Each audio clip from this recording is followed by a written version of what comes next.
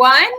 Welcome to Professional Weirdness, the show about anything and everything weird. When the going gets weird, the weird turn professional.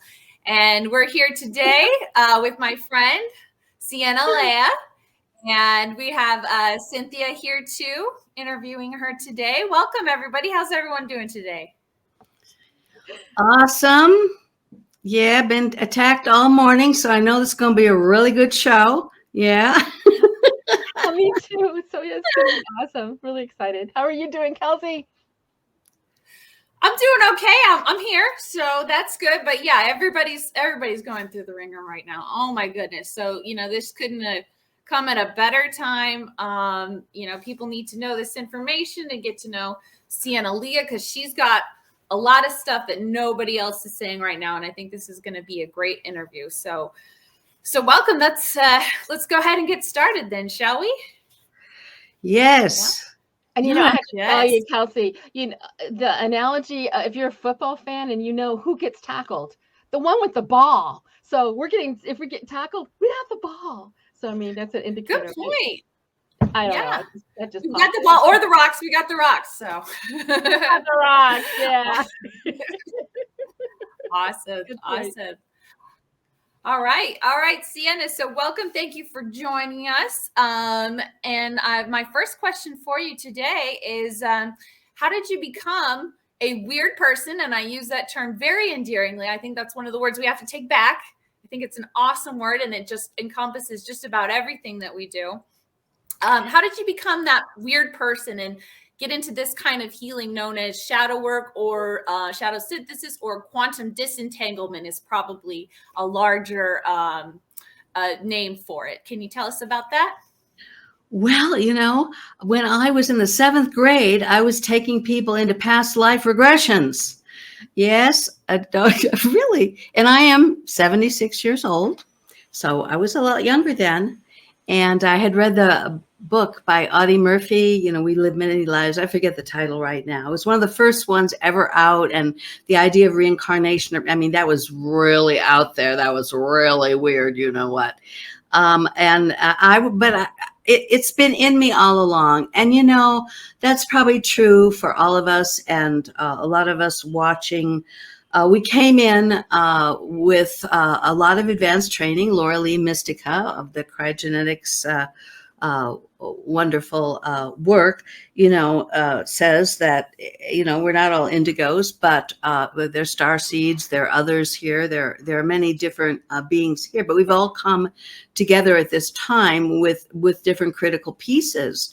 A lot of people come to me and say, well, what am I here for? What is my real mission? And I think it's been there all along. So yes, I was, and I was always a very exuberant, wild, energized, emotionally out there person. I couldn't stop it. The world has always looked like what? The Matrix control grid. Where so many of us cut deals with the dark side to not embody our authenticity. And, with all the programming that starts actually from the moment of conception. And, this place, I follow Kimberly Ann Gogren with United Network News, our ground command. I'm totally in alignment with Kimberly. I adore her. I'm so grateful we have her. And the work that I do is a lot of the internal work that is removing these layers of matrix bombardment from the inside out. And I guess I built, our creator. And I know there are a lot of fake creators out there, fake sources, fake everything. So when I say source or creator, I mean our original, authentic, uncompromised, although if I say that every time, we may be here for hours. But we're all co-creating. We are all the creator. Those of us with these who've come with advanced training, right? We didn't know what we were doing, and we got thrown into this place with hundreds of forced agreements to make sure we never manifest any of our authenticity, or we get tortured and punished. And and that's a whole huge. But the drive was always there. I was always a wild, crazy girl. I was too out there to be able to be imprisoned as many have. I just had too much energy. So I spent the first 20 years doing theater, because there you got to actually have feelings and express them, and be on adventures, and manifest different archetypes and different subpersonalities and different aspects of ourselves, and learn what is true and what is authentic. The theater training, especially the method and the really great theater training we used to have before it's become what it is, was where I hung out for 20 years. So that I could breathe, so that I could live, so that I could express myself, because and that's my whole life. I mean, when I was a little girl, I was bossing people around in my backyard, doing plays. I knew theater diction. I knew theater words and stuff before I even was in kindergarten. But I don't think that's like I'm all that in a bag of chips. I think we all have these things, but the matrix comes for us through the contracts that our ancestors, our parents, the churches, the teachers, the authority figures make sure that they suppress all that they make sure we feel bad and wrong about being different and not normal, and we don't fit in. And this is a huge long story of how they've used this incredible life force that we have and bring it into lower density, where it's pain and suffering. And they live off of that. And according to Kim, they've been doing it for millions of years, and that game is over. Thank you, our true creator. So now we have a whole other opportunity. And but for me, I just, it's been really rough, because I just couldn't shut up, as you can see now. Yeah.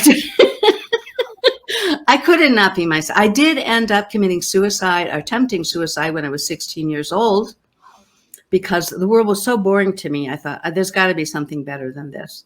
And I was actually happy to go to the mental hospital to get away from we won't go there. But anyway, my family, bless their hearts. And that's really where I had my great awakening, because I was also a little spoiled Jewish princess from the suburbs of Chicago that didn't know shit from Shiona, whatever that phrase is. Sorry for swearing. And I didn't know it was real. Everybody was so fake. And, I was in a suburb where everybody was going to be the next doctor and the next world-class lawyer. And we were all pruned to be a part of that upper middle class elites. And we were all that in a bag of chips. And we were told we were the, coolest and So they were cultivating ego for their own satiation and to fill the matrix with power mad little princesses and other things. So when I crashed and burned and I ended up in the mental hospital, it was such an illumination, because people were really fighting for their psyches, like I had been all my life, but not one person ever admitted it, owned it.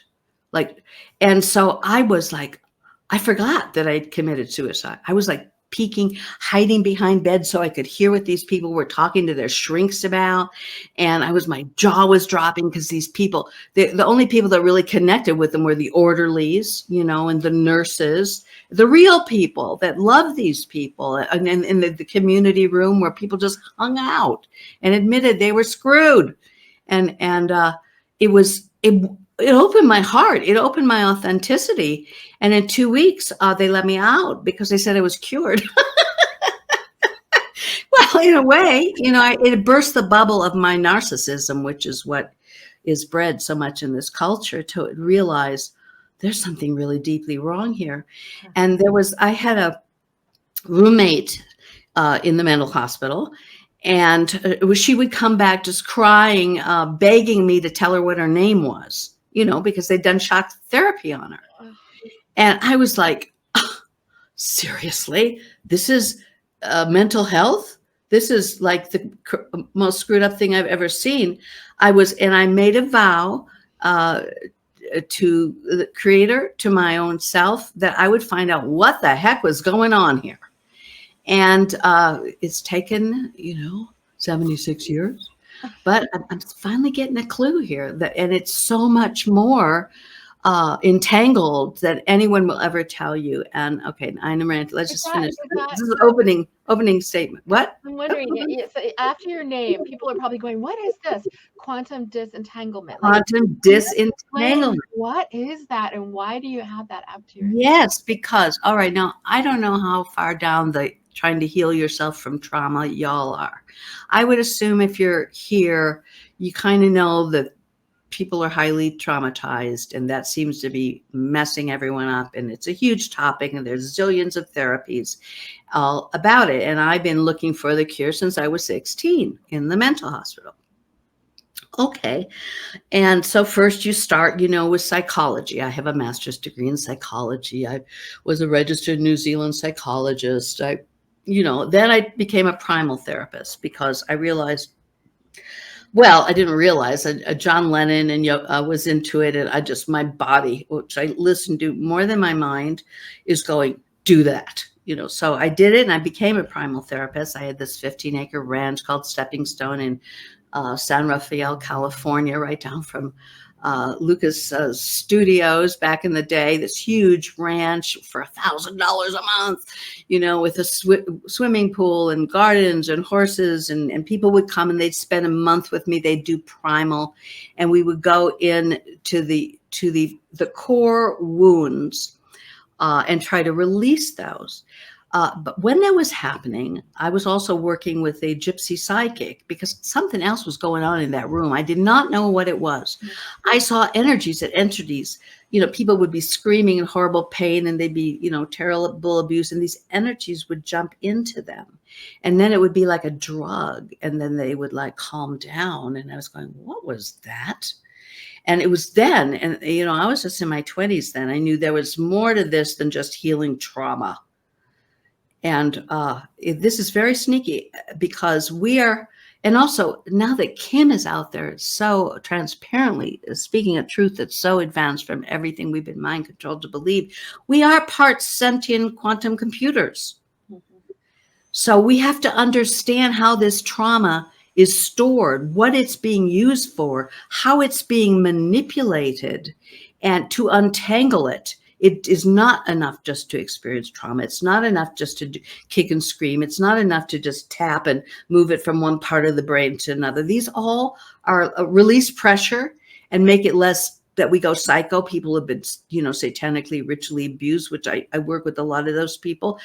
Trauma that a lot of people couldn't even fathom that's happening to millions of people in the secret space program we work with now that have been off world and cloned and made to do horrific things and fractured into altars that we have to go and using the rocks and the eggs, the amazing work of Laura Lee Mystica, these tools where we can retrieve the soul aspects of parts of us that are scattered over the whole hologram. You can't just stick with traditional psychology or even really advanced shadow work to nearly address the entanglement that they have really laid on us. We can heal it, but we have to understand what it is. We have to understand our own psychological structure, and we need the tools. And it is a quantum disentanglement. Now, quantum entanglement means that we're all entangled, and it's like the 100th monkey, but on a quantum level, like something over here happens, and then these people immediately know it, or something here is disruptive, and we're feeling it. That we're all part of the collective unconscious, whatever you want to call it, and we're all entangled. But our psyche, these predators that had this, according to Kim, it was only the contract with the Dracos to lock down this dimension and allow pure evil with that contract was broken in 2012, I believe. I hope I got that date right. If not, I apologize. But that means that we have been slaves on their loosh farm for a very long time. She says millions of years. And they were, I can't say they were intelligent, because anyone that's warring creation itself, to me, has got to be the dumbest thing imaginable. But they are very clever. They've had a long time to figure out how to lock us down and to use our energy for their means. And if you don't make that investigation, understand it, and then apply it to yourself, you are deluding yourself that you're going to get free of this programming. It's really layered. Like Kim, every week she finds this gigantic, oppression, and she takes the whole thing out, and sometimes tens of thousands of people with it, and we all going, oh, good, we're done, right? Including her, like, am I done yet? And then next week it's, nope, there's another one. Nope, there's another one. And those of us, Laura Lee and Aisha Love, and a few of the people that haven't been taken over, and they're few. I've been going layer by layer by layer for a very long time. And so from that exploration, we can now come back and say, and we're trying to find you shortcuts. The fastest, most advanced, but they're quantum tools. They're psychology. They're doing your shadow works. It's all about embodying your authenticity, finding what that is, finding your true connection to your intuition, to your creator, to your body, to breaking the mind control, breaking the synthetic layers, and getting your soul back in your body. It's a journey. A lot of people, we're also tired, we're exhausted, we're broke, a lot of it, we're just so over it. But it does take 6 months to 3 years. From my experience, slow and steady, to untangle all of this. It's like performing, layers of psychic surgery, and you need time to reintegrate. And people are so traumatized. They have to feel safe. There has to be some stability. The only stability we've had is in buying lies and deception and being egos instead of souls. So making the shift after all the trauma that they have, re-stimulating and amplifying in us with a lot of tech, a lot of high tech that keeps you in fear, that keeps you in lack, that keeps you looping so that they can eat all that negative energy because they're living on it, and that you don't own it, that you don't raise your vibration, that you don't become the love illuminated being you are, because then they can eat you and then you're useless to them. So the trauma is, I'm going to now backpedal after this rant. The trauma is the kingpin to it all. It is the starting point, and we do need to address it. The problem is that the entire culture is based on avoiding the shadow. The normalcy is, I'll pretend I don't have a shadow. You pretend you don't have a shadow. We'll get married and have children, and we'll be in this club, or we'll be in this school. Don't you dare confront me, and don't even show me you're confronting yourself, because this is going to destabilize everything. So suppress, dissociate, all that energy can be harvested and used for loose by the predators. And then we're here, mind controlled, thinking we're being good boys and good girls for mommy and daddy, and we're going to get the prize, and we're never going to get anything but more enslaved. So the mind control is deep, but the thing is, we're addicted to it. And that's really, it's hard to face, but we're addicted to being controlled by our abusers, and to ask somebody to give up what the only thing they've clung to. And I have lots and lots of examples of how that happens, that those bonds get locked in during extreme trauma. Getting rid of that feels like you're going to die. Right. And there's all kinds of core beliefs. If I don't do what daddy says, even if he is molesting me every night, I'm going to die. And then those parts of us, those little inner children, they're fractured, they're dissociated, and they're controlling the system. So now I've got a whole bunch of new tools about how we go in and we memory munch, we get rid of the memories. But it's not just a memory. It's not just a trauma. It's if you've ever seen, sci-fi movies where somebody gets trapped in a tree and the tree creates all of these branches and claws and tentacles and leaves, and they're completely, in a web, or a spider web even. A lot of sci-fi movies show that you go off world and suddenly they've got you in these cocoons, and that is real. That is what they have done inside our own psychological self. And so it's untangling that while we build safety through self-love and community and a lot of, so that you can finally let the abuser go. But it is not a quick fix. Now, a lot of these psychics, a lot of people come to me, they know, because I'm highly psychic. Oh, tell me, you know everything. I know nothing. Well, I'm sure, just blast this out of me, blast that out of me. Tell me everything. No. We were about sovereignty now, y'all. We're here to empower you to know everything. not to get addicted to me. You know, yeah, I'll make a lot more money off if you're addicted to me. I'll have you for a client forever, but I'm going to betray my creator. And I don't know about you, but I'd like to end this journey. I don't feel like creating any more karma here myself. Anyway, that was a long rant. No, that was great.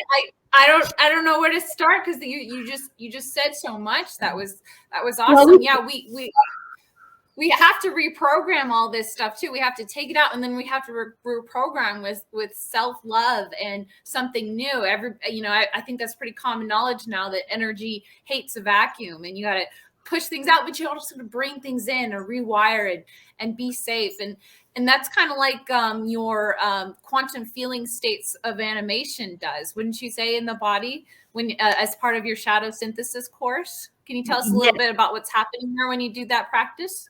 Yeah. Well, the way I work is I do a series of, it starts with a series of 5 sessions, private sessions, and then you get a discount if you do the 5. Then you get the course gifted to you, which is a fairly big library of videos and documents about all the pieces. But the sessions have to be very designed to you. I can't have you read books and try to figure it out. It's not going to happen. First of all, we need witnesses for our pain. The reason we got so locked in, there was no one there to witness, to even go, holy shit, what did they do to you? You know what? Oh my God. You know, to be there in a loving frequency and let those wounds heal. You can't do this locked in your own room all by yourself. But the thing is, so we do these often in pairs. This is not my work. This was created by Aisha Love, one of a mentor of mine for 30 years. She's on the other side at the moment. But so they came through. They seem to be the easiest. Like, this could never work. This is so stupid.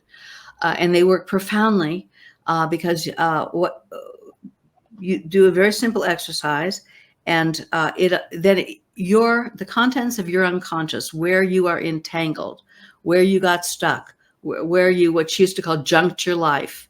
You know, instead of being on your timeline, your destiny, optimal trauma, something happened where you self-sabotaged, you had to do it to survive, and now you're over here going in the wrong, in your ship, if you think of it as a ship that, you know, just got redirected, now we're going here. And you don't know how you got there, you don't know why you're doing it, and then, you know, you pay all these other people, psychics, psychiatrists, counselors, to help you.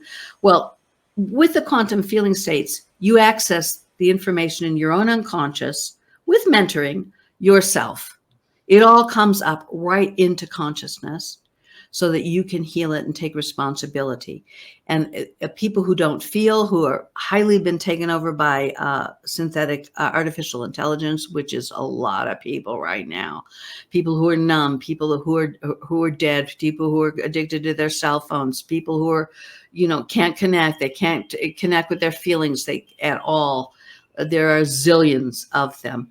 And we've got to reconnect with our feelings in ways that aren't horrible. I use primal, but very rarely. You know, to throw someone in the heart of the trauma that dislodged their timeline it can be cruel. But you have to get to the information, but you have to get to it in a way that you're not re-traumatizing the person, because that's black magic. And it creates an addiction to going back into all these traumas. I mean, they're primal junkies. They think the only way to get any freedom is to kick and scream and be in all of that victimhood forever. And that is so not true. So there are a lot of methods of excavating the material in the unconscious, but the quantum feeling states bring it into awareness where you are feeling it, but you're also perceiving it. You're using your higher facilities. Oh my God, that's what happened. And you're a higher self, Summa, greater being, activate your subconscious material in the most beautiful, organized way that you could never do with your egoic mind, to bring you to where you need to do, to realize what you have to realize, to heal those knots so you can get that ship back going on your destiny path. People love them, and it's very sovereign work. You do them. I mean, you write to me after you've done them. I see what's going on. I give you new ones, but you're doing them on your own. You're doing them in pairs sometimes, or alone in the mirror. You're learning that you can surface your own material. This does not make a lifetime of clients addicted to therapists. This means you get to a point you go, I can move. Like, for example, you find the places where you're really trapped. Let's say, you have performance anxiety and you're an entertainer, but you go through hell every time before you get on a stage. So maybe you're working with your performance anxiety. You set the intention, and then I design the feeling states to surface that. And you see, you go back into the memories of how that happened and what happened, and you get the information. And 80% of healing is perception. If you can see where they got you, where you got derailed, and it's usually before you had a mind, like the primary imprint. This is a whole other discussion. You don't even have the mental capacity to understand reality. All children are narcissistic. They're these crazy ideas that are controlling our operating system from childhood, where we didn't understand anything.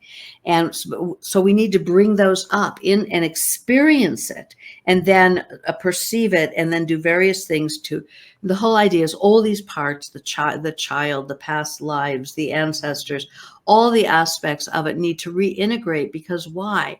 The new human is being born through us now. We're the synthesizers. We're clearing the past. And you do it by understanding what it is, by loving all the aspects, by clearing the negativity, by all the tools we have to remove the alien interference and the AI manipulation. And so there's a highly technical part of this work that the cryogenetics work is so powerful with, because you just by feeling your pain, just by feeling your feelings, just by kicking and screaming, these things release pressure. But we have got to do the quantum disentanglement, because the truth does set you free. Once you see the trap, even if it's super complex and they make sure it's invisible and you'll never get to it because they're tricky bastards. Once you see it, you're not going to buy that trip anymore.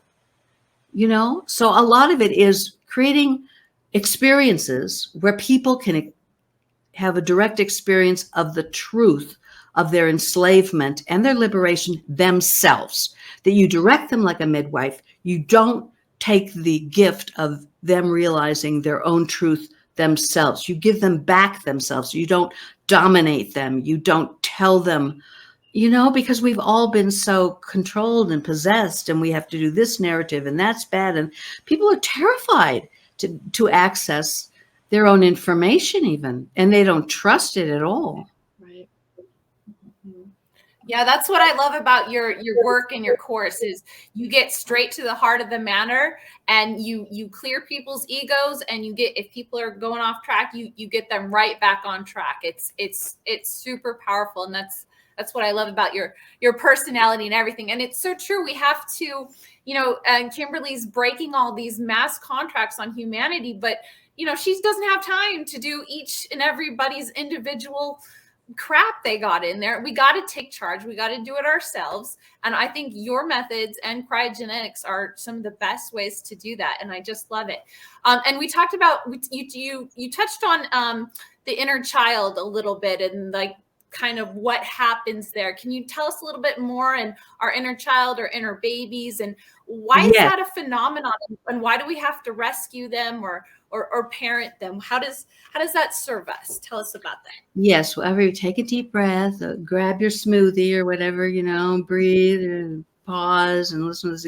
Yeah, because this is the fundamental. This is the nexus point. Like Earth is the nexus for the repatterning of the entire hologram. Early childhood, the primary imprint, that's conception.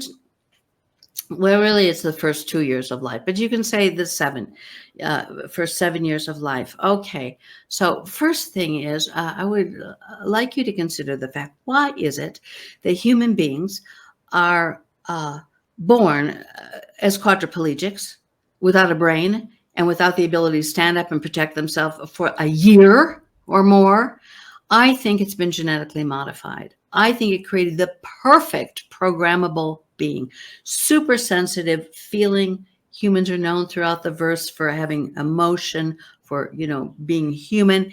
Then they create a chain of abuse that is infecting and passed on through generations, so that the parents are not able to be present with the child. They've been traumatized. Their essence, the true self, is gone. It's dissociated. It was too scary to be that sensitive, that raw, that vulnerable, that with those needs, when none of it was accepted, none of it was permitted, and none of it was fulfilled. Now, a lot of people say, well, my mom and dad were pretty good, you know, a roof over my head, and they sent me to college, and they fussed over me, and I was the big thing. Yes. Okay. But what children need to anchor into what a being, soul, spirit, call it what you will, needs to anchor into this avatar, this body, is love, the palpable sensory experience, usually through touch and being to being contact. That's it. And when you've taken that away through millions of years, that people don't even have that anymore, you come in, you're a highly evolved person, for example, and you're like, what the you know what? So the first moment, the very first moment, we actually sever from reality. Why?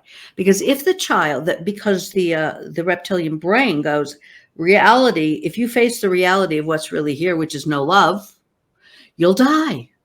Because and that does happen in severe, failure to thrive, and stillbirth and these things. Why does that? I'm not saying it's always that, but if the being senses, they leave. But most of us, what we do is we use our defense mechanisms. We sever from reality. We look, see what the truth is, and then dream world, boop. No. And remember, little children are very narcissistic. We're supposed to outgrow that. Almost nobody has, but we're supposed to outgrow it. But at the beginning, we've just come from our true, authentic creator. And we know we are a part of that we are that to some extent. And so everything's about us, right? So if mommy isn't able to love me, then it's my fault. I'm doing something wrong. I must be unlovable. Or there's either I'm just unlovable, or there's the other side. I'll fix her. My job in life is to fix her because I'm here. I'm an indigo. I have super advanced training. I'm a healer. I've lived gazillion lifetimes. I can fix her. Not that we're thinking this because we don't have a brain. We're raw instinct, raw telepathic connection. I'll fix mom. I'll do whatever it takes to get her to heal so she'll be able to love me. Sadly, now that goes into the computer as your primary imprint. You spend the rest of your life doing that, and mommy never gets better, and you never get to wake up out of the dream spell and bring your essence back into your body, because most people, at least that I work with, are not in their bodies, very small percentage that they're even here. So why do you want to be in your body? Well, do you want to ascend? Do you want to connect with higher wisdom? Do you want to connect with your superpowers, with your talents, with your gifts, with your heart, with your feelings, with your potential? You got to be in your body to do all that. So, and that's where all the juicy stuff is. So we have these predatory races that sometimes from day dot, and I'm still on the inner child. And because this is a long topic. I'm just doing the really fast overview.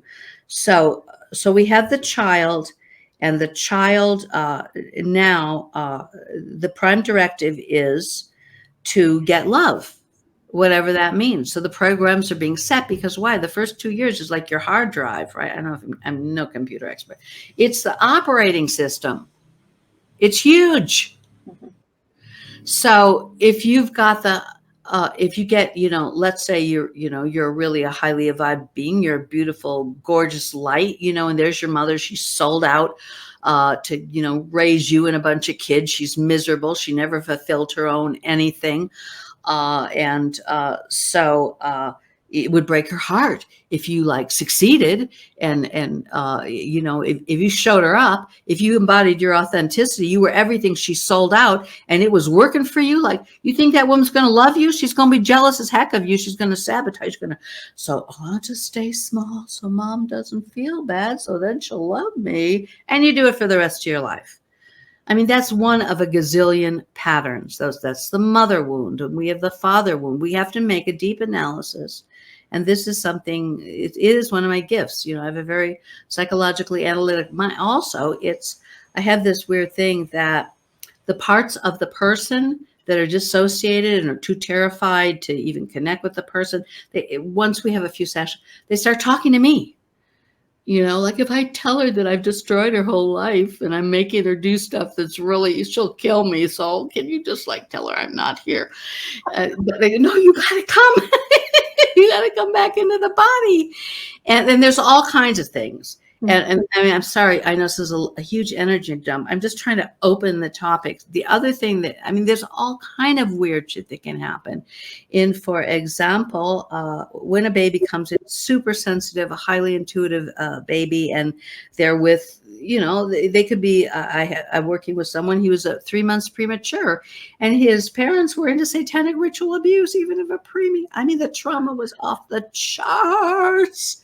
And so this thing jumped into him, you know, and could live off of his terror and his pain and his suffering. And he was so terrified that he's glommed onto it. So this happens a lot, the original entity. So it actually melds, it quantumly entangles with the person. It takes over the person. And it makes sure the person has a lovely, miserable, unmanifest life. So all the really juicy, authentic energy, it gets to eat to be alive. It could be an earthbound spirit. It can be an entity in your family line. It can just be, you know, through whatever contracts. They're sometimes people are hunted over lifetimes, and they put these things in to make sure that person never manifests the ability to help people break out of this prison. That's what they don't want. Why? Because they're living off our energy. If we break free, they're going to starve to, they're going to die. So they're fighting for their existence. And that means you have to stay unconscious. You have to serve them. And we have these, so the primary imprint, we create all of these self-sabotaging core beliefs. Mm-hmm. If I had one, because I was an incubator baby, they told my mother to take a vacation. I was put into the hands of a psychotic nurse in sub-zero Chicago weather. I was sick for the whole first year of my life. And as I go into regression sessions, we do a lot of that in this work. I go back and so into my baby mind, because my greater being was showing me this is where a big piece is. You got to look at this. And I got the core belief. Okay, so if I'm terrified and anxious, then I'm okay. Because why? Because they left me terrified and anxious, sitting in that crib, getting sick for a friggin' year. So, and I couldn't face, these people are screwed up. I had to go, oh, well, they must know what's good for me. So I guess I'm supposed to be terrified and anxious my whole life. Okay, I'll do that. And I did do that. And most people have at least a background that goes into the foreground, fear, 24/7. And this they love, because then you're too afraid to step into power. You're too afraid to step up, stand for truth. You're too afraid to model authenticity. You're not going to be a threat. They want you not to be a threat, and they want to eat you forever. Oh my gosh. That's true. Yeah, they are fighting for their existence. That you brought up a good point. They're fighting for their lives. They're fighting for the existence. It's like the old tale about the rabbit versus the fox. Like the fox is just fighting for his lunch, right? So if you have your lunch, you're probably okay. And sometimes it's even hard for us to get our lunch these days, so we're so consumed on that. But the rabbit is fighting for his life, and they're you know they're the rabbit, so they're going to try really hard. So you got to try just as hard too, because this is about not just getting your lunch. This is about your existence and coming into your body and power, basically. So okay, yeah, but awesome. Do you have anything to add, Cynthia? Or well, I just wondering, would you call those shove-ins? Is that another word for what these things were that came into that little incubator baby? Yeah, well, you know, we used to call them entities, but I love Laura Lee and Hal's shove-ins, because anything that lightens up the languaging is fine with me. Yeah, they're shove-ins. But there's also AI, and I didn't tell you because right now, of course, they're trying to absorb humanity into AI and doing an excellent job of many of us. And so an AI, like these, all right, so these little inner children are parts of us that are fractured and dissociated. Doesn't mean they're not running our operating system, and they have relationships with the dark side. It could be an AI, it can be an ancestor, it'd be a contract with mommy, a contract with daddy. You know, there are a lot of different contracts that we can have that basically you sell your soul, because if you don't, you will die. You know, I'll sell out everything I got. I'll do everything I'm told, because if I don't, I'll die. And those feel really true, and they get embedded in your hard drive, so that when you step into any kind of authenticity, they trigger and you just get paralyzed, or taken out, or you get sick, or you break your ankle. I mean, there's many, many, many things, but you step out of line. We have all sold our souls to a greater or lesser extent, except for very, very, very, very, very, very, very, very few of us, to the dark side. And these contracts can extend over lifetimes and parallel lives as well.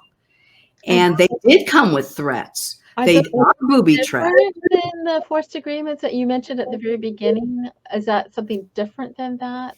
These contracts? Forced agreements are different than contracts. There's curses, there's vows, there's contracts, there's agreements, there's forced agreements. Forced agreement, according to Laura Lee, and I don't doubt her here, is that when we come into this reality, there's, customs, the entrance gate, and you have to sign a bunch of paperwork to get in. Now, I don't know if any of us really read it all. I've said many times, next time I'm reading the fine print, okay? But it's more like renting a car. The place is about to close. It's snowing. Hertz comes with paperwork that thick. You go, where do I sign, Just right? give me my car, right? Just give me my vehicle. So the thing is, and I don't know how true it is that we knew we did, but then you start reading these things, and Laura Lee says indigos have between 800 and 200. I think she's had thousands, depending on, how much of a troublemaker you could be. And pretty much you agree, I won't use my psychic capacities or any of my talents or gifts to cause any problem here in the hologram. You're good with me. Sign on the dotted line. Oh, but they're even crazier, like if I ever connect with my, superpowers, I'll become desperately ill. Or if I ever make trouble by speaking my truth, all my children will be killed. That's a very popular one. I mean, they're horrible. And those are like, they're so crazy horrible. You probably had some, Kelsey. I agree to this. Well, because we kind of did I think I have 80 left to do, or I might have to recheck that number based on what you said. But so there's the forced agreements when you come in, and we had to come in because we had to do our missions here, right? So we're just like, like Laura Lee uses the mermaid, Little Mermaid, and she's got to get her legs, she's got to get the man, so she just has to sign on the dotted line. But yeah, I think there's a difference though. I think also once you are born or once you're little and you're imprinting, you do sometimes sign contracts unknowingly with some dark forces, and sometimes you don't always get nothing for that. Sometimes you get something like, at least you won't die, right? Like contract with me and you won't die, or contract with me and you'll feel some sort of connection. Like, I think that's what these entities make with our inner childs, so we can feel something, because we're so unstabilized and we think it's all our fault. And then we also assume that our parents have our best interests in mind, and people to a large extent think their governments have their best interests in mind. No. So would you say that's fair, that we also kind of unknowingly sign contracts with entities or energies? Yes.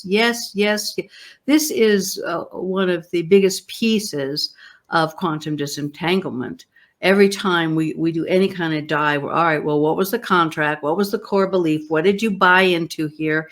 And what did you think you were getting? I mean, it's not, and people get to this point of shadow where, well, I couldn't have been this big of an idiot. How could anyone do this? And go, okay. We always try to emphasize self-love. Look, you were in this situation, like, for example, a parallel life. somebody, a wonderful healer, a beautiful midwife of the town, stirring the Inquisition. The patriarchy comes stomping in on their horses. They find, the best witch, white witch, alchemist, healer, and they make her, for example, witness the rape and the death of their children in front of the whole community while she's in a cage naked, and then they leave her there to die slowly and horribly with the bodies of them rotting. I mean, those kind of horror scenes. It is those kind of horror scenes where we sign like, all right, I'm done. I'm not manifesting my truth. I'm never going to open my mouth again. I'm never going to be visible. I'm never going to challenge you. Let my children live. And that contract from that parallel life, past life, can follow you and can interface with this lifetime. So when you even start to access your superpowers, shut down. You get scared. You can't talk, or you get ill, or something. You make something happen that you can't do it. That is rampant, those kinds of things. Mm-hmm. Yeah, it's like operant conditioning. It's programming, and it's like also they got our parents and our ancestors to be their our own MK Ultra handlers. Basically, we all have handlers, and sometimes it's our parents, even if we think they're totally normal, or sometimes it's way back in the past. Those were kind of our handlers too, and everybody's got stuff to deal with, and I think wouldn't you say that most everybody could benefit from quantum disentanglement here? Is there anybody that's not entangled in some way that you know of? Well, everyone could benefit, but I don't just take anybody. You got to be willing to face some serious deep doo-doo here, and you need, because these contracts. Here's the deal. So let's talk about the ego for a minute. Because if you have signed if you made these various agreements and you were too traumatized, you've left the body, what's in your body is sort of a fake version of yourself. And it's tied to the ego and the mind, ego, minds. And that is the only comfort and the only safety, something solid. It's your control. It's where you got to have something to hold on to stabilize, right? Mommy and daddy weren't there. There was no real ability to anchor in love, to stabilize, to ground, to anchor. So you anchor it's an entanglement, that these negative entities, these shove-ins, and the ego. Now the ego is I call the matrix the artificial intelligent ego hive mind, because a lot of this has been dismantled now, but certainly not all of it. I'm seeing like a big hive mind, big jellyfish, collective unconscious hive mind, collective unconscious, and then we all have workstations that are serving the goals of that hive mind, and that's our ego, and it takes directives there. The ego is the trickster, and it's the negotiator. And a lot of this has been taken out, but it was there to monitor you, to make sure that you're producing enough loosh for whoever owns you, because the ego would buy and sell and tether you. Your life force would sell you, and if it didn't reach its quotas, it would be punished and tortured. So the ego, who poses as your stability, your rationality, your ego. You got to have a healthy ego, right? Be strong, be yourself, have a good ego. So that guy is a total trickster. He's feeding you what the matrix wants, and what your parents wanted, what your teachers want to do. This is how you survive. This is how you succeed. All lies, all deception, but it's all you have. It's all you have. The other thing you have is parts of yourself that if you manifest, you're going to die. So you're caught between a rock and those parts of you think, well, that's ridiculous. I'm not going to die. That's so stupid. Well, those little fractured inner children and parts of yourself and parallel lives and ancestors and parts of your parents you've internalized, they really believe that. And they get taken over. by AI as well. They become these little monsters, and they can even be fractured into different bots. I mean, this goes so far down the rabbit hole.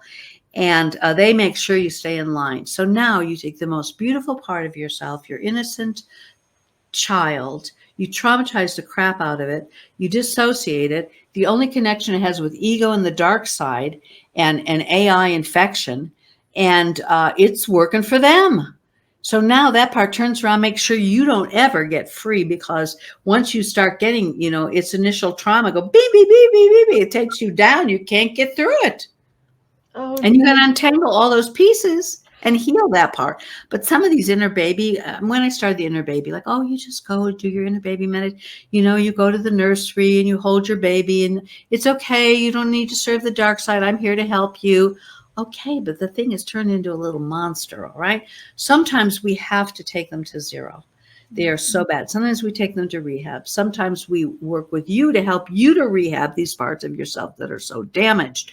But they have turned us against ourselves in these quantum entanglement ways that nobody, other than a sci-fi scriptwriter, would even consider that this could even be happening. And it's absolutely rampant. Oh my gosh, Sienna, I'm starting to feel so depressed. I'm starting to feel like this is so bad. This is awful. I want to hear the freedom part. I want to hear what the outcome of working with you and the happy success stories of the. Well, it really is. I've been doing this for years now. Like I was just looking because, sometimes I look on Facebook. I won't give names, of course. There was a woman I work with, a gorgeous young woman. She was in a cult. She was being satanically, ritually abused by the leader. She was a basket case when she met me. She was addicted to him. She believed all the horrible things he said, and then he'd have sex with her. She was lost. Now, she healed all that. I think she was with me for a year or two. She is in like the most beautiful relationship with this wonderful, respectful, stand-up guy. She's able to have love again, to be intimate with her body again. She's a huge success story. There's a guy, I just saw him the other day. When I first met him, he was almost completely AI. He was so numbed out, big bulging eyes, could not feel anything. Now he's on Facebook, going, I got me back, and I want to help you get you back. I got a number of people out there. I got a lot of people. They start feeling again. They start loving themselves. They start connecting with who they really are. They really like it. They get supported for it, and they start kicking ass in their own reality. And then they want to help other people do it. So a lot of people come to me and they say, you don't know how many people I've worked with. I'm one of those unfixable people. I go, well, let's see, and I'm not saying I'm the miracle person and everyone gets well. A lot of people just run away screaming because they're too ego. All they have is ego. And I am, I call out the ego. People don't like that. It's rough. I call out shadow because it's not just the victim. It's also, we become the perpetrators at times. We become the rescuers. We become as screwed up as who screwed us up. So facing shadow is a very courageous thing. And it's scary. How can I face? I'm that horrible. Because if I'm not a good person, how could I love myself? And oh my God. But you go through it, because why? I mean, I think Kim's right. We're ascending. The earth is ascending. We are now in a light verse. It is the end of evil. The only darkness is what we can't let go of now. And all that dark essence that's feeding it inside. A lot of these contracts, a lot of this stuff is gone. I mean, my job has gotten so much easier since she's taken out all that stuff, because all that's left is what we won't let go of. And the thing is, we don't know we're holding on to it. So absolutely. Yay. Thanks for that. It's like, I'm sorry, Kelsey. I hope I didn't take you off your train of thought, but I'm just going. No, I'm glad you cry. No. Yeah, I forgot what I was going to say. So so sometimes if it gets really bad, we have to take out our inner babies or something. And, but can we just take out our ego, or do we have to work with it or integrate it or heal it? What do we do about the ego that they've enslaved us with, which is kind of us too as well? We also need the intel from that, right? So what do we do with the ego? Well, first of all, they are really got a lot of shove-ins in them. We had an AI shove-ins, really nasty stuff. So we get all that out because the ego and the reptilian mind, like they're the Bobbsey twins right there. And so you make friends with them. The thing is, we can't get rid of anything. I mean, a lot of people talk about ego death. Well, but it's not a death. It's a cleanse and a reintegration. The ego does not get to dominate. It does not get to lead. The evil entities that are controlling it don't get to take us over. No. But do we kill it? No. But what we do is we clean it up, because some of these entities can make, like people who are really, really anxious and nervous, they can have entities like in their reptilian brain. So just anything that, is going, oh my God, the worst thing's going to happen. I have that on steroids. I've had it my whole life, highly strung, really sensitive people who have been highly traumatized. So you try to take them the charge. So that's trigger, trigger, trigger. You clean them up, you egg them, you quarantine them, and you keep them in we have an inner healing sanctuary where the parts that we are ourselves responsible for healing are healing. So you egg your ego, you quarantine your ego, you go, look, we're going to be buddies, okay? But you're going to listen to me. I ain't listening to you anymore. And it works pretty good. I mean, and sometimes I screw you looser, which means you blast it with negative energy to my own ego. If my ego starts to, which it will, like puff up, and it's also terrified that it's not serving the hive. It's going to be punished there. It's terrified. It's just like a crazy, out of control child and you can rehab it. It sits, I have them, sits over here with my reptilian. My reptilian brain is a crack up. She's Tiliana. I mean, when we go through things, I look back and she's wearing costumes. And she's showing me what she really thinks about what's going on. And so, I check in. Yeah, I know. But we can't let that, we can't go into reactivity. We got to handle our thing. Just calm down, So I work with them. I mean, my background is acting, right? These are all parts of ourselves. Start having fun with them. But we don't, they don't get to control us. Okay. They come out, because you got instinct, like you're in trouble. You better pay that bill. Hello, you're not thinking right. All those parts are like, keep your stuff together. You're not, But when it gets out of control, it completely smothers your spontaneity and your ability to be adventurous and your ability to take risks. If you're so fear dominated, you just have to be in that matrix, because the next horrible thing is going to happen and you can't breathe and you can't live and you can't feel and you can't create. There are a gazillion people in that state right now. Mm-hmm. Yeah. I think a spiritual healer once asked me, "Oh, do you want me to take out your ego?" And I'm like, "No, it's gotten me this far. I think I'm good. I think I'll try to work with it." But I don't think we can just. Sometimes you need a little scolding for certain things. You got to pay your bills, So, and as egos, we don't always care about that. We're magnificent quantum creatures, but yeah. Awesome stuff. Cynthia, you had some questions too for Sienna. Is there anything on that list you wanted to ask her? I mean, one of the things I wanted to ask you was, and it wasn't on that list, but I just thought, do you ever get to the point where your shadow's gone? And could you, in a very succinct way, define what is the shadow? I mean, you gave some pretty good hints, like I'm thinking maybe it has something to do with our damaged self or our fractured self. What is the shadow, and can you ever overcome it or get rid of it so that you're shadowless? Is that possible? Well, I'm not trying to get rid of or be shadowless. I'm trying to find a lot of people call it the golden treasure in every shadow. I mean, for example, and then you take the gold and then you alchemize the part that does not serve. Right. I'm not at the end. The latest thing is right down to the DNA, so I would have better information. This structure has been untangled in us for millions of years. And I've removed, with the other people in the community, zillions of things. But now I'm down to the DNA. So why the DNA? because, okay, so I'm holographic team. So I'm an indigo. So I come into a Jewish, this is my thing, a Jewish Draco, black sun family DNA. Okay. And I have ties to Nefertiti, and so I was part of that black sun nightmare.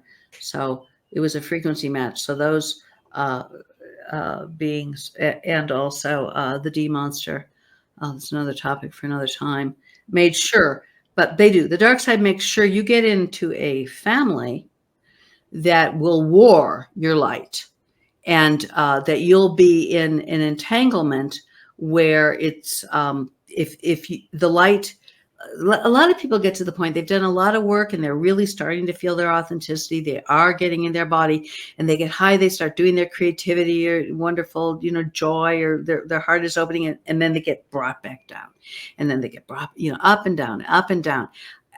Now I'm really focused. I mean, I do it all, but I really focus on the DNA. So you've got the Draco reptilian DNA that sees this as food or to be killed. Mm-hmm. Either I eat you or I kill you, and I eat you. Laura Lee said that the other day in one of her posts. Yeah. But it's in your DNA. That war is in your DNA. It's like I own you or I kill you, right? I think that's what. And it's keeping you there through trauma. So what we're doing now is identifying the traumas that keep you in servitude, clearing those out with some of the new tech that we have, and using original, authentic source, because there are a lot of fake ones, light reencoders right into the DNA, right into the engrams in the avatar. And because why?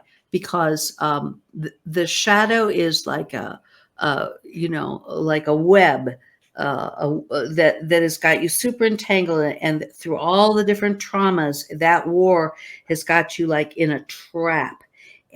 But now we can track each thread of that and burn it out and repattern it so that you come out of the thicket, you come out of it finally, because the real imprisonment is literally at a DNA level. Mm. And then we remove the black essence. There's tools in the egg that can burn the black essence, because why? Kim said that all that's left is what you won't let go of, and the black essence that's feeding off of it. Very true. What I have found is that the black essence, it kind of becomes this goo. It's got I can't call it intelligence, but the collective knowledge of all the ways to enslave humanity. It does a profile on you, and it goes right into those core weakness areas, whether it's physical, whether it's psychological, and it will amplify, it will exaggerate. It can even create shove-ins out of the black essence, out of your own trauma, to take you over, to poison your bloodstream. It gets real amazing. And luckily I've been given the gift to be able to track that, and the people that work with me long enough, they start tracking it too.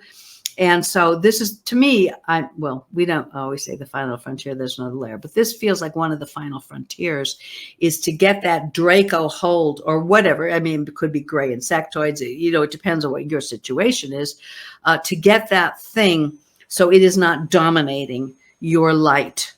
And I think that now that we are in a light verse, that the end of evil has been declared by the original authentic creator of this hologram, that we can do it now. So it's like an incredible moment. But like Kim also said, the shadow looks bigger, in the world outside, because the light is like, it's a big floodlight illuminating the shadow. So yeah. That's awesome. All right, any other questions, Cynthia? I do have more, but I don't know how much time we have left. I think one of the ones that I'm really most interested in is, what are you most excited about, or what are you working on right now that you're most excited about? You personally? Well, this memory mantra thing, I have a 2-page write-up on this. I don't know if we want to close with that. Is it too heady? All those words? If you want to go over it a little bit, and then I can post it if it's safe to post. If it's not, private intel. Yeah, no, I'd rather not. No, it's our Okay. I'll just speak it. It's the Okay, yeah. the original authentic creator, along with rocks and eggs, have given me these incredible tools where we can start really untangling the DNA and also the core memories that are creating. Well, we had that one slideshow that we were going to start with it. Maybe we end with it, with all the things that trauma can create in your life, because people don't even realize, yes, this thing. So, unwanted memories, negative self-image, hypervigilance, emotional distress, sense of threat, intrusive thoughts, avoidance, isolation, memory problems, anger, fear, guilt, self-destructive, sleeping problems, nightmares, easily scared, disassociation, excessive blockage, anxiety, depression. Anyone could come with one of those things, and then we track it into the memory. We burn the dark essence. We burn out the pathways, because these are neural pathways. They're hormonal pathways. They can poison the blood. They can be in the lymphatic system. And so with these quantum tools, we have to go into all the pathways that this has been infected, and I call them the memory munchers. They eat them. They get rid of them, and they unlock the authentic self that's trapped in there, so that you can start to reintegrate. And then we bring in the authentic, uncorrupted from light recoders, and they go into those DNA places, into the engrams. That's a whole other discussion of how is memory really trapped and coded in the body and the mind. We have to go through all the pathways that are really holding this in place, all the defensive pathways in the brain and the body and the emotional body and the aura, and we clean them all up, and then we blast this true, original, uncorrupted light from your true creator at this time. And the intelligence, because light is information, has the intelligence to bring you into the ascension timeline, the ninth density, the Kim calls it the crystalline timeline, to bring you there. That's what we're doing, and we're doing it at a really core level now. It's this, what I'm doing now, I am so excited because it's bringing everything together in a fairly simple process that I'm hoping to write about and replicate, so I can give it to you all, and you can also learn to do it, and tons of people can do it. It's been so like, whoa, whoa, whoa, whoa, whoa. So that's my goal, is to make it in a form that you can take, and everybody can use this, because the tools are now, we're in a light universe. The whole scenario has changed. After 76 years, I had to go, well, what part of this even applies anymore? I'm not going to use tools that were 50 years old when we were in duality. We're not even in duality anymore. And so the possibilities for quantum jumping and for clearing are off the charts, phenomenal. So it's down right now. I'm focused on that. Wow. Thank you. Awesome. Yeah, it's not our fault, but it is our problem. We have to do this work ourselves. And I think that's the main point here, but there is help. And especially Sienna is there, and she has one-on-one sessions. She has a whole course, so you could do it at your own pace. Two courses actually, and then a group too. You can do it with a group, and you get so much from that. When I experienced that, I absolutely love that aspects too, because it's nice to know you're not alone on this journey too. So can you tell us a little bit about, as we wrap up here, a little bit about your website and what people can expect to find and how to get in contact with you? I'll put your link back on there. Well, right now I'm mainly doing the private sessions. I'm going to start a new group, but right now, you go to shadowsynthesis.com, book a session. So the session says $120. That's for one session. But it also, but then you can book a series of sessions. You can also have a free chat. Like if you go, I don't know, it sounds really weird, but so I have free chats where we don't do the processes, but we get to meet each other. I decide whether I think I can work with you. You decide whether you really want to do this before you pay anything. So you can book a free chat. Or you can book one session, Or you can book a series of 5, and that brings it down to $80 a session. You also get gifted the course, gifted my book with a series of 5 sessions. So why 5 sessions? You can see the depth of the complexity of this. And you have to build trust. We have to bond with each other. A person has to feel safe before any of these deep wounding really is going to heal. It just, this isn't, you go read the course and blah, blah, blah. So this is what works best. Now, and then we will have probably groups again, but right now that's all I'm offering is either private session or a series of private sessions. And they can start with a free chat or they can start with a private session. Yeah. Wonderful. Wonderful. Okay. Well, that about wraps it up. Thank you so much, Sienna, for being here. And thank you, Cynthia, for your great questions. And thank you. Thank you. Really, I really wanted to share the latest things. And so. I'm sorry. Go ahead. Oh, yeah. Sorry. No, I just wanted to thank you all very much for being open enough to allow this to get out, because it's time.